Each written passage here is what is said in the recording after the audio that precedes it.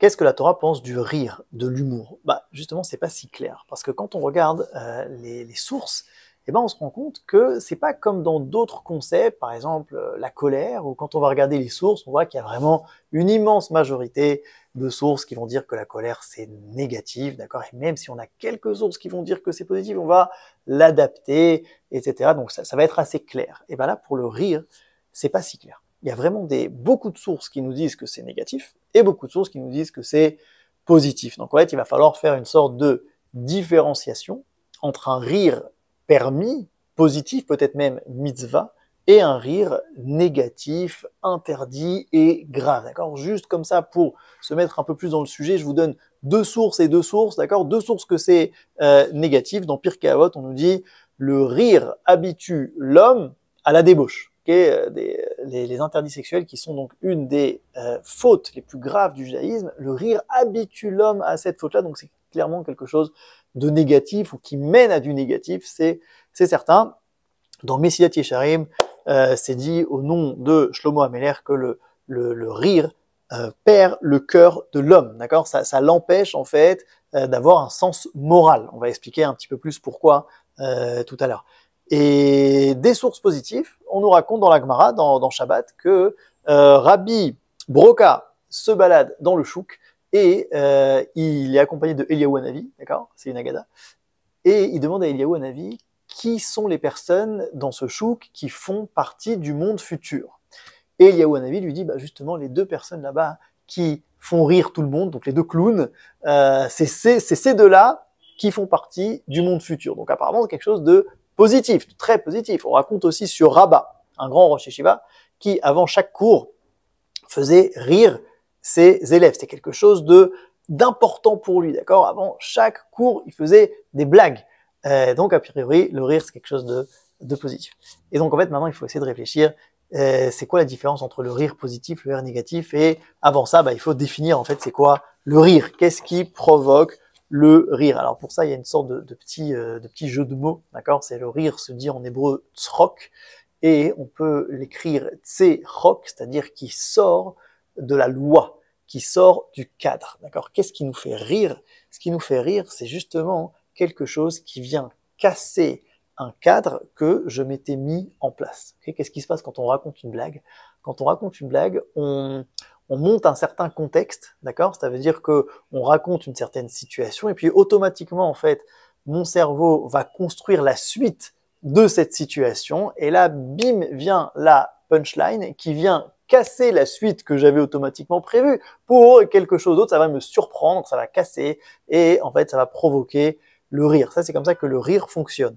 D'ailleurs, la première fois qu'il y a le mot rire dans la Torah, c'est lorsqu'on annonce la naissance de Yitzhak. D'accord? Yitzhak qui veut dire littéralement il rira. Ok? On l'annonce à Abraham qui a 100 ans, je crois, sa femme en a 90. C'est absolument impossible qu'ils aient un enfant selon les lois de la nature. Et pourtant, Hachem leur annonce qu'ils vont avoir un enfant. Et la directement réaction de Abraham, il rigole. Okay, il rigole parce qu'en fait, il y a un cadre qui l'enfermait, le fait de ne pas pouvoir avoir d'enfant, qui a été cassé. Ça provoque le rire. D'accord? Donc ça vient bien définir que le rire, c'est casser des cadres. Et maintenant, toute la question va être quel cadre je viens casser à l'aide du rire, comme si le rire était une arme qu'il fallait vraiment bien utiliser, parce qu'il y a des cadres qui sont positifs et des cadres qui sont négatifs qui vont nous enfermer. Les cadres positifs, c'est un cadre qui me protège et qui me fait grandir, d'accord? Un petit peu comme la matrice de la mère qui protège le fœtus et qui l'aide à grandir. Ok, on ne peut pas imaginer ce qui se passerait si on cassait ce cadre-là, d'accord?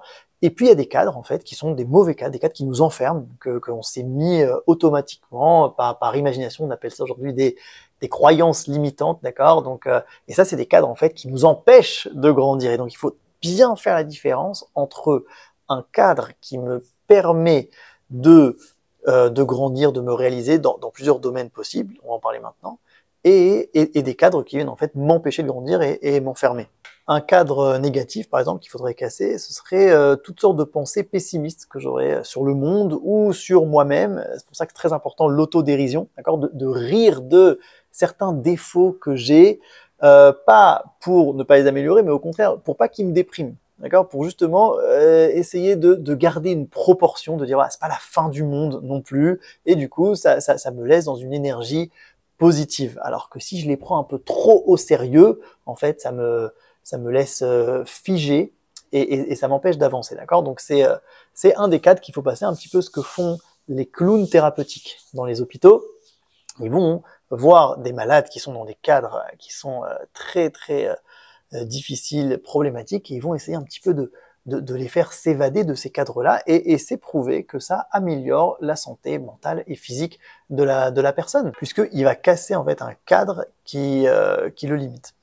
Et puis un exemple d'un cadre positif qu'il faudrait surtout pas casser, ce serait le mariage, d'accord? C'est-à-dire que le mariage, c'est un cadre, ok? Tu décides de construire avec une femme, et c'est tout. Donc quelque part, c'est quelque chose qui te limite, mais c'est quelque chose qui te limite pour te réaliser, pour te faire grandir, pour construire ton couple. Si tu commences à casser ce cadre-là, à faire des blagues sur ce cadre-là, à le rendre moins sérieux, moins solide, moins vrai, bah, c'est quelque chose qui va te détruire en fait. Ok, donc à la question peut-on rire de tout, eh ben la réponse c'est non. D'accord, la réponse c'est non. Il faut savoir, est-ce qu'on vient casser pour casser, d'accord, ou est-ce qu'on vient casser des cadres qui me limitent, et en fait on vient casser pour construire quelque chose de plus grand, quelque chose de plus vrai, etc.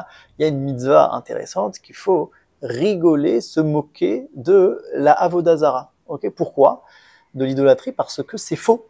Donc il faut se moquer de choses qui sont fausses et qui nous mettent un cadre dans la tête qui est un cadre imaginaire, et c'est hyper important de le détruire par le rire.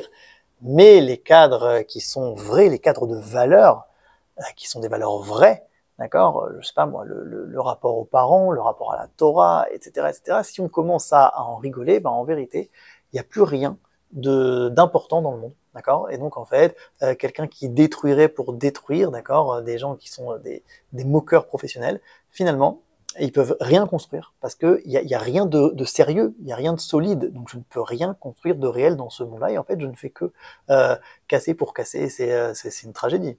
Donc si on réexplique les sources qu'on a données au début, pourquoi est-ce que le rire habitue l'homme à la débauche? Parce qu'en vérité, la débauche c'est quelque chose de grave. Et puis si on commence à en faire des blagues, c'est ben on lui fait perdre son sérieux, d'accord? Et donc finalement, bah voilà, on peut tranquillement s'y habituer. Pareil pour le Messiat Yesharim qui dit que le rire, en fait, ça perd le cœur de l'homme. Il donne là-bas un exemple de celui qui tire des flèches à quelqu'un, et l'autre il a un bouclier huilé. Les flèches, en fait, c'est les exigences morales, d'accord? C'est-à-dire que quand tu fais une remontrance à quelqu'un, tu lui dis c'est pas bien la manière dont tu te comportes, c'est un petit peu une flèche, ok? Et là, tu as deux manières d'agir. Soit hein, tu prends cette flèche dans ton cœur et tu dis oui, en effet, c'est pas bien comment je me comporte, je vais essayer de changer, ce qui est un effort et ce qui est exigeant, etc.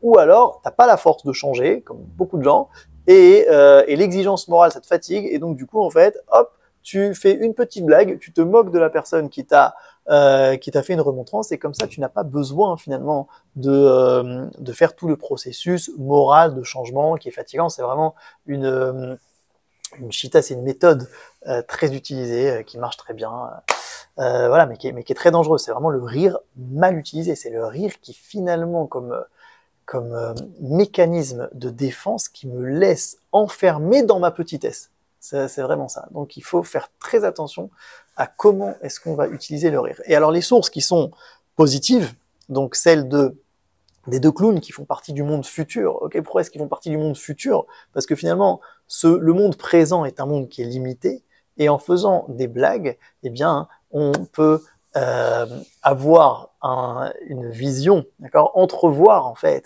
le monde futur, le monde qui est non limité. Donc ceux qui vont faire des blagues, ils vont entre guillemets libérer les gens quelque part, et donc eux ils font partie du monde qui n'est pas limité, du monde futur, d'accord? Et pareil pour Rabat, lorsqu'il fait des blagues à ses élèves avant de commencer un cours, c'est justement pour essayer de les libérer de toutes sortes de dogmes, d'accord? C'est-à-dire que il va enseigner des vérités, mais si on fait de ces vérités quelque chose de totalement fermé et fini, alors ça devient un dogme et ça devient faux. il faut garder une certaine souplesse d'esprit, un certain sens critique, etc. Et donc avant chaque cours, tac, il fait une petite blague pour un petit peu libérer. C'est pour ça que du coup c'est très positif. Donc l'humour, comme beaucoup de choses, peut être un outil très puissant d'amélioration, mais aussi très puissant de destruction. Donc à nous de bien faire attention comment est-ce qu'on l'utilise.